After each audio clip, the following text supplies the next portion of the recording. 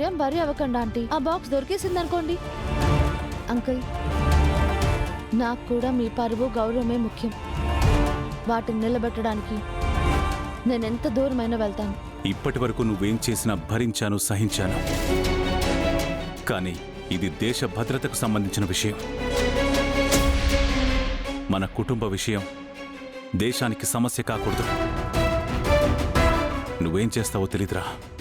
ఎట్టి పరిస్థితుల్లోనూ ఆ బాక్స్ తిరిగి తీసుకురావాలి. తప్పకుండా నాన్న, మీకు మాటిస్తున్నాను. మళ్ళీ మిమ్మల్ని తలెత్తుకునేలా చేస్తాను.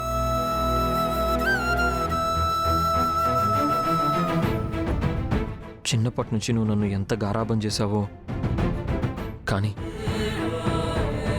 ఇప్పుడు మానసికంగా అంతకంటే ఎక్కువ దూరం చేసావు. ఏ తల్లి దగ్గర ఏ కొడుకు అనుభవించని శిక్ష అనుభవిస్తున్నాను. ఎప్పుడు నన్ను నోరారా గౌతమ్ అని పిలుస్తావా అని నీ పిలుపు కోసమే ఎదురు చూస్తున్నాను. నేను ప్రమాదంలోకి వెళ్తున్నానని నాకు తెలుసు. ఈ పోరాటంలో నేను విజయం సాధించాలని నన్ను ఆశీర్వదించండి. మీ దీవెనలే నాకు శ్రీరామ రక్ష.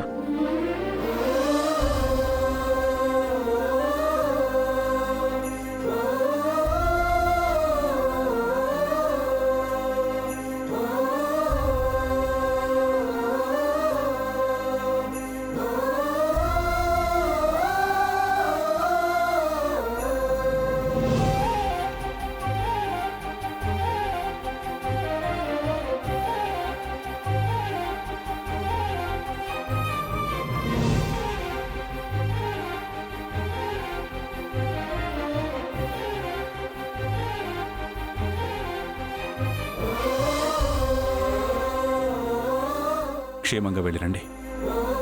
ఏదైనా అవసరం ఉంటే నాకు ఫోన్ చేయండి. గోవింద్ మీకు హెల్ప్ చేస్తాడు. బాబు జాగ్రత్త మేడం. వాడు నా ముని మనవడే.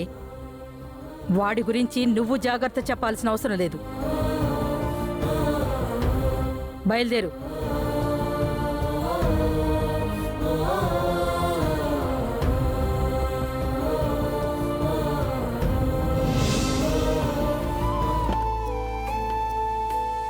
హలో,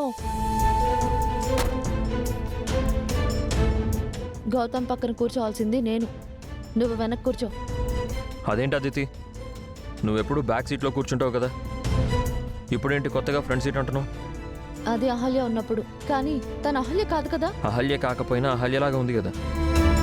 ఉంటే ఇప్పుడు కూడా నేను వెనక కూర్చోవాలా? నెవర్. నేను నీ పక్కనే కూర్చుంటాను.